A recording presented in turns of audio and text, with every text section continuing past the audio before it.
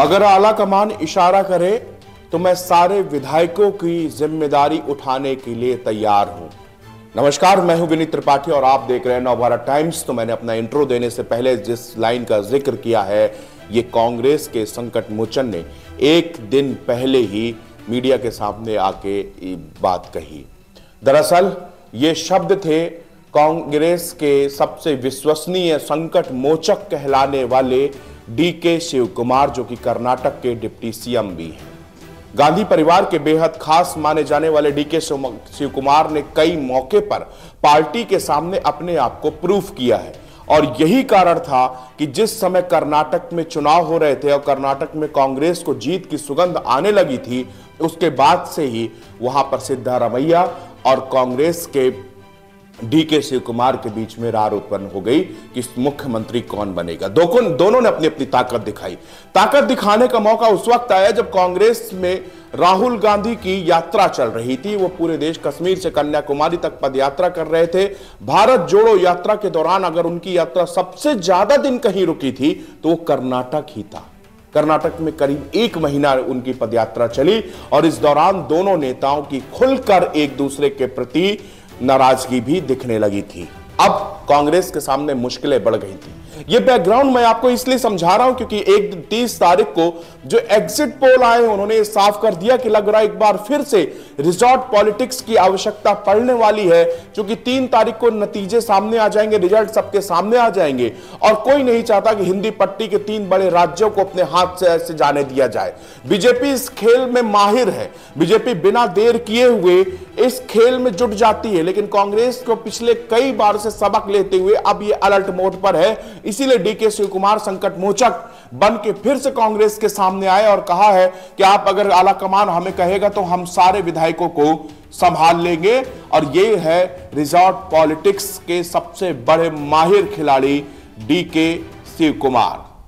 भारतीय राजनीति में रिजॉर्ट पॉलिटिक्स का उदय दशकों पहले हो चुका था। इसका सबसे बड़ा जो केंद्र था वो है दक्षिण भारत का प्रवेश द्वार यानी कि कर्नाटक। तब कांग्रेस के कर्नाटक में संकट मोचक कहलाने वाले डीके शिव कुमार ने अपने राज्यसभा चुनाव के दौरान गुजरात कांग्रेस के विधायकों को तोड़ने से बचा लिया था। उन्होंने गुजरात के 44 विधायकों को बिदादी के एक रिजॉर्ट पर रखा था। यह बात है लगभग 2017 की। मगर अब इसकी चर्चा क्यों हो रही है? महाराष्ट्र में तीसरी बार उद्धव सरकार खतरे में पड़ी थी। शायद 2022 का मामला था। खतरे में ही नहीं बल्कि इस बार तो शिवसेना पूरी तरह से टूट गई थी।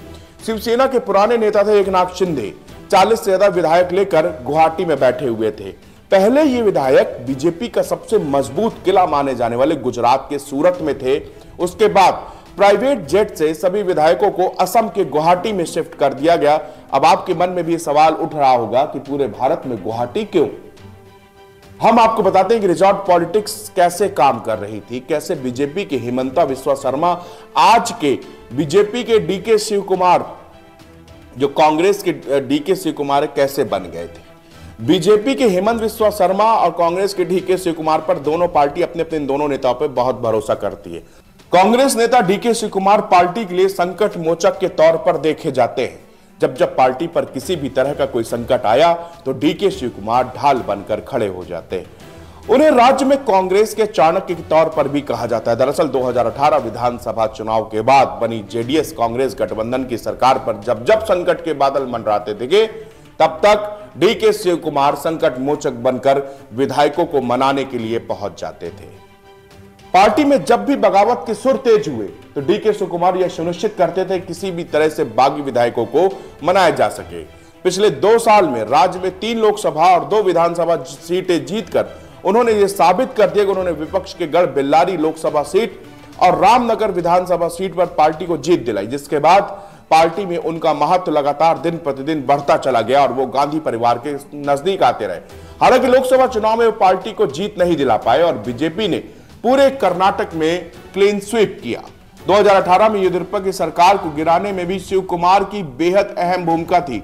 इससे पहले 2018 के मई में भी येदियुरप्पा की 2.5 दिन की सरकार को गिराने में डीके शिव कुमार ने अहम भूमिका निभाई थी और अमित शाह की रणनीति पर पानी फेर दिया था। तब से उन्हें कर्नाटक की राजनीति का चाणक्य कहा जाने लगा और यही कारण है कि डीके शिव कुमार कर्नाटक की राजनीति में कांग्रेस का एक अहम चेहरा बन चुके हैं।